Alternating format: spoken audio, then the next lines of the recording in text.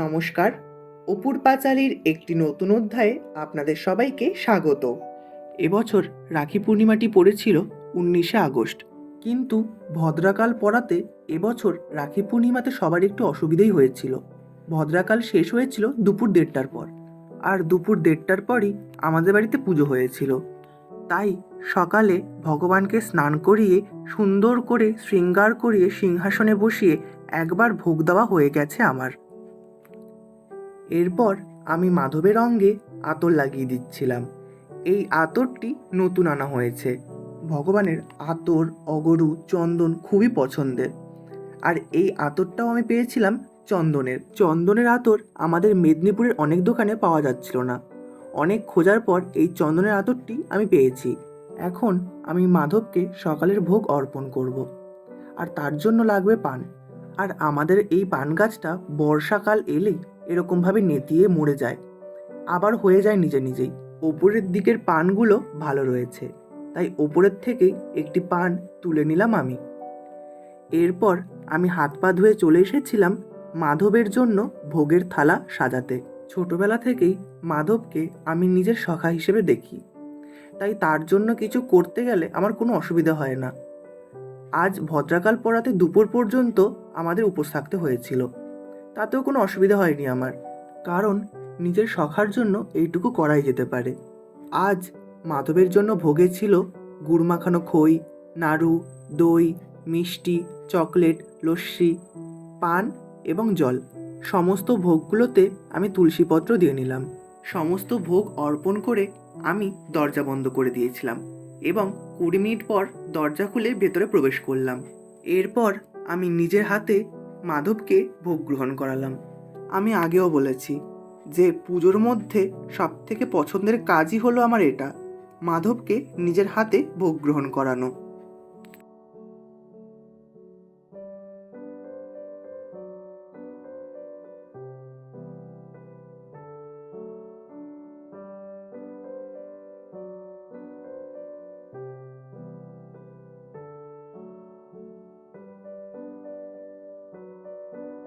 মাধবকে ভোগ গ্রহণ করানোর পর আরতি করে নিলাম।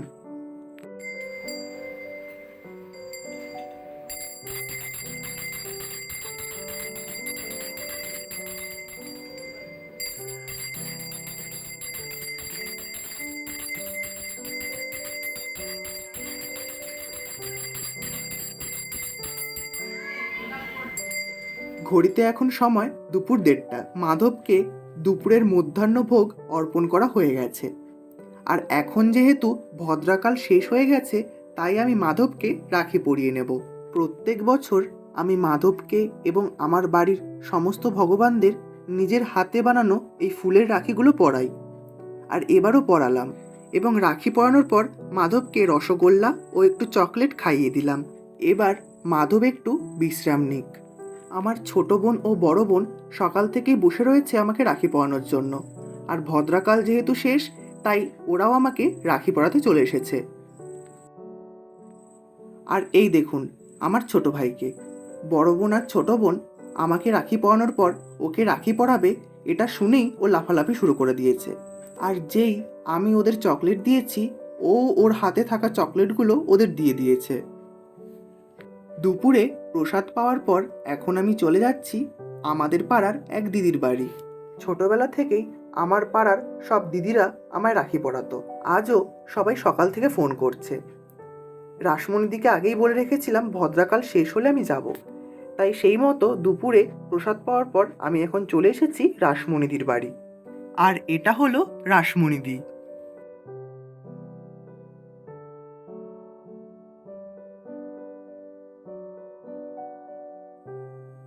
এরপর রাসমণিদি নিজের হাতে আমায় রসগোল্লা খাইয়ে দিল, এবং রাসমণিদি নিজের হাতে এই পায়েসটি বানিয়েছে।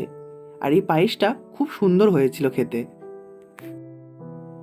রাসমণিদির বাড়ির থেকে ফিরে একটু রেস্ট নিয়ে আমি বিকেলে আবার বেরিয়ে পড়েছি মৃত্তিকাদের বাড়ির উদ্দেশ্যে। মৃত্তিকা হলো আমার একটি বোন, তাই ওর বাড়িতেও আজ যেতেই হবে। তাই বিকেল 5:30 নাগাদ আমি ওর বাড়ি পৌঁছে গেছিলাম। আর ওর বাড়ি ঢুকতে না ঢুকতেই ওর রিয়াকশনটা কেমন ছিল তা আপনারা নিজেরাই দেখুন। প্লিজ, ও আবার ব্লগ বানাতে হচ্ছে। হ্যালো আমরা চলে এসেছি এখানে সোনিয়া। আমি সার্টিফাইড দেশলাই জ্বালাই না। এরা প্রতিদিন সিগারেট খাচ্ছি না, প্রতিদিন সিগারেট খাই। কি রে? আরে নিচে না আমার লাইটারটা কত শেখা। আরে লাইটারটা ইয়েটা তো নিচের দিকে রাখবি, লম্বা দিকটা। দেখ দেখ ও কোথায় রেখেছে। তুমি খাও নাকি রোজ? জেলে জেলে ওখানে টিপ্পা দে, একটা টিপ্পা দে, দিয়ে ওটা থালাটা ঘোরা, দিয়ে রাখিটা বাঁধ, রাখিটা বাঁধ, দিয়ে রাখিটা বাঁধ, দিয়ে থালাটা ঘোরা। তো ভুলে যাচ্ছে। আগে তো এত কিছু ছিল না, হঠাৎ ইন্টারনেট করলাম। কি নতুন নতুন এরকম করে তো রাখি পড়ায়। মামা এসছে, ও এখন তালাচ্ছে। ও এখন বাসন মাজছে, তারাও ও দেখে, এখন বসে গেছে। তারাও দেখে নিশ্চয়ই। একদম নিচক দিয়ে চুল ছড়া ফিরে চাপে আরে নিচকি না। পায়ে উপর দিকে দিয়ে খাবে রে বাবা। তুই চুল ছাড়া রেড রেড লেগে যাচ্ছে।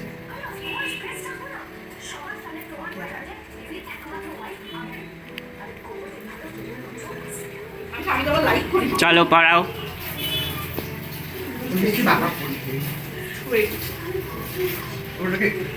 লাগে লাগেনি। দাঁড়াবে করবো এটা। ও বাঁকা পড়িয়েছে। বাবাকে যদি চন্দ্রমা ওটা কি সুন্দর হয়েছে না? বাঁকা পড়িয়েছি। ওকে আবার বাঁকা একটু দাও।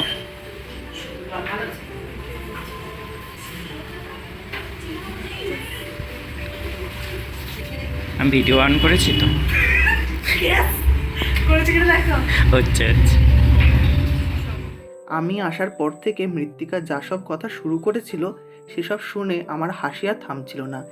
আর রবিদা তো ওদিকে হেসেই যাচ্ছিল। মৃত্তিকা আজকে আমাকে বাঁকাটি পরিয়েছে এবং ওর এই বাঁকাটি পরানোর কারণটা আপনারা একটু শুনুন। মিদনাপুর কলেজের জন্য যে গয়নাটা বানিয়েছি, যেটা কলেজের প্রোগ্রামে কলেজের প্রোগ্রামের জন্য যে গয়নাটা বানিয়েছিল সেটা আনফর্চুনেটলি বাঁকা ছিল, তাই জন্য রেস্ট ইজ হিস্ট্রি। এরপর আমি আর রবিদা চলে গেলাম মেহুলিদির বাড়ি। মেহুলিদির বাড়িতে তাড়াতাড়ি ঢুকতে গিয়ে আমি ভিডিও অন করতেই ভুলে গেছিলাম। আর আমার এসব কীর্তিকলাপ দেখে মেহুলিদির মা মানে আমাদের কাকিমা হেসেই যাচ্ছিল। কি করছো তুমি? তুমি এরকম সেরেছো কেন?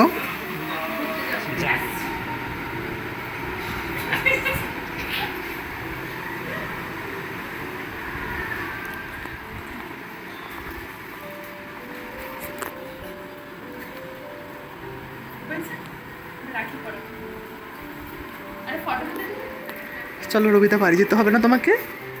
সে এখন রাখি খুলতে পারলো না, ছিঁড়ে দিয়েছে রাখি। রাখি চিনি পেছনে আটা দিয়ে যদি চেটানো থাকে আমি কি করব? ব্যাস, রাখি ছিঁড়ে দিয়েছে।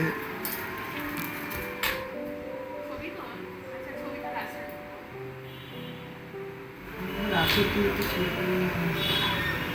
এটা এখানে আঠা দিয়ে এর সাথে চেটানো কি করে খোলে লোকে? দেখ হাত দিবি একটু সাইডে কেক কর না এটা সব টেনে দিচ্ছি। দড়িগুলো ছোট আমি কি করব?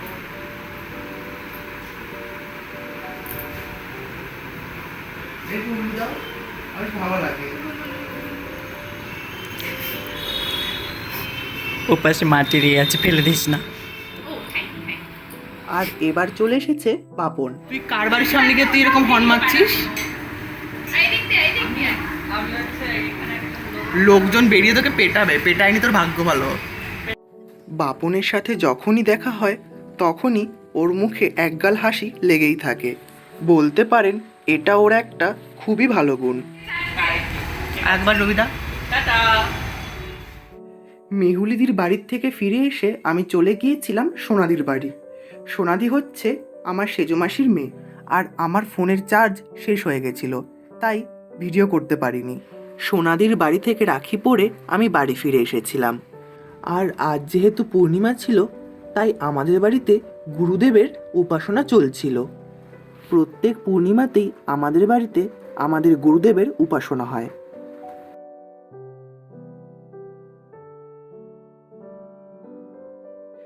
আর এখানে সবাই প্রসাদ ভাগ করছিল। এখানে ছিল আমার মা, সেজো মামি, বুলবুল দিদা। এই যে বুলবুল দিদাকে আপনারা দেখতে পাচ্ছেন, ইনি প্রত্যেক পূর্ণিমাতে এসে আমি যা যা ভিডিও ছাড়ি সেগুলো সব দেখে এসে আমাকে বলে যে খুব ভালো হয়েছে। আমরা যারা যারা ভিডিও বানাই তাদের কাছে এই মতামতগুলো ভীষণই দামি। এরপর উপাসনার পোশাক ছেড়ে এসে আমিও বসে পড়েছিলাম এখানে প্রসাদ ভাগ করতে, আর এদিকে চলছিল মিটিং। আজকের মতো আমার এই ভিডিওটি আমি এখানেই শেষ করছি। আমার ভিডিওটি ভালো লাগলে অবশ্যই একটি লাইক করে দেবেন। আমার চ্যানেলে নতুন হলে চ্যানেলটিকে সাবস্ক্রাইব করতে ভুলবেন না যেন। দেখা হচ্ছে আবার একটি নতুন অধ্যায়ে। ধন্যবাদ।